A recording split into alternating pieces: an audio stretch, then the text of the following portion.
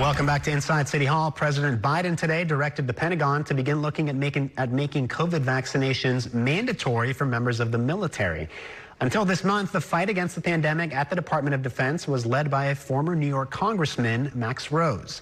What lessons can civilians learn, and what is next for the former Staten Island representative? Our Kevin Frey spoke to Max Rose, and he joins us now with more. Good evening, Kevin.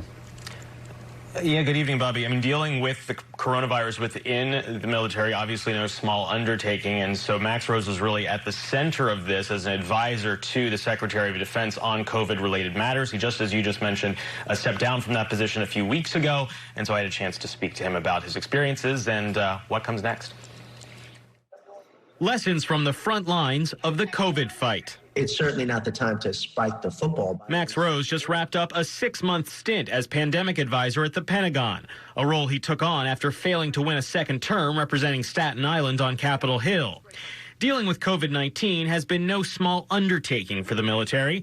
In addition to helping with mass vaccination sites across the country, the Pentagon also faced the task of ensuring their own got vaccinated. Recent data shows more than 69% of active duty personnel have so far received at least one dose. Vaccinations is what matters right now. People's lives are on the line. Across the country, vaccine rates have slumped. Rose says lessons from the military could be applied to the broader vaccination effort.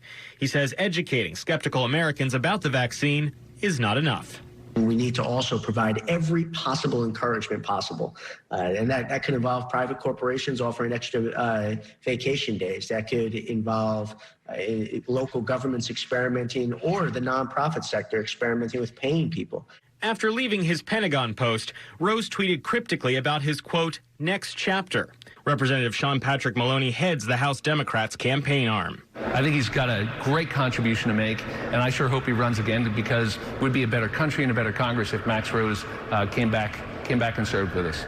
Rose is not ruling anything out. What is that next chapter, and are you planning to run for Congress or another office? Well, right now, that next chapter is playing with my son, who's just about a year and a half. There's plenty of different ways that one can continue to serve, and I look forward to exploring those ways. Rose did, however, take a swipe at the Republican who beat him, incumbent Congresswoman Nicole Malliotakis, when asked about her vote to reject certain Electoral College votes after the January 6th attack. Nicole was at a fork in the road as to whether or not to play politics, whether or not to appeal to the extremists of her own base, or whether to help unite this country. She chose politics. In a statement, Malliotakis hit back, saying the people of this district spoke just a few months ago and made it clear they don't want an anti-police Pelosi puppet who flirts with socialism representing them in Congress. So a little back and forth there from the two former competitors, and who knows, potentially competitors down the road. Now, I did have a chance to speak to Max Rose earlier this week, so it was before this announcement from Biden today, but I should note that I did ask him, did he think that there should be vaccines mandated in the military? At that point, he said he didn't want to get ahead of anything that the Secretary of Defense or Biden would do. Obviously, Biden asking the Pentagon today to kind of look into the possibility of that. I also asked him about kind of what his recommendations would be for the civilian world, as you mentioned, as you heard in the piece there, and he talked about the importance of encouraging people to get the vaccine. Obviously, Biden today calling on states and local municipalities to do that $100 incentive. Max Rose tweeted just this afternoon or this evening exactly what we should be doing, praising the president's call for that to take place.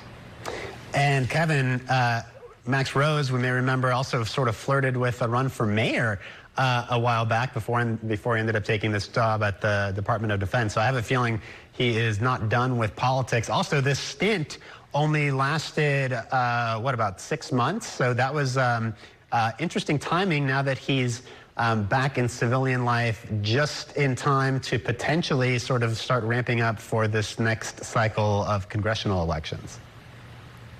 Right, and so as we look to this district, that if he were to run again in the Staten Island district, I mean, the big puzzle piece that's out there to all of this is what does that district even look like, because we're about to go through that redistricting cycle as the census data is further released in the next couple weeks and months. And so as I was talking to one analyst with Sabado's Crystal Ball recently, he suggested, look, if the district remains similar to what it is right now, Malliotakis probably is pretty comfortable. But if you throw in, for example, part of Brooklyn, part of Manhattan, depending on how you reshape the district, that could open it up to being a bluer seat. But then there's the risk of a more progressive challenger coming in and perhaps giving Rose a run at his money.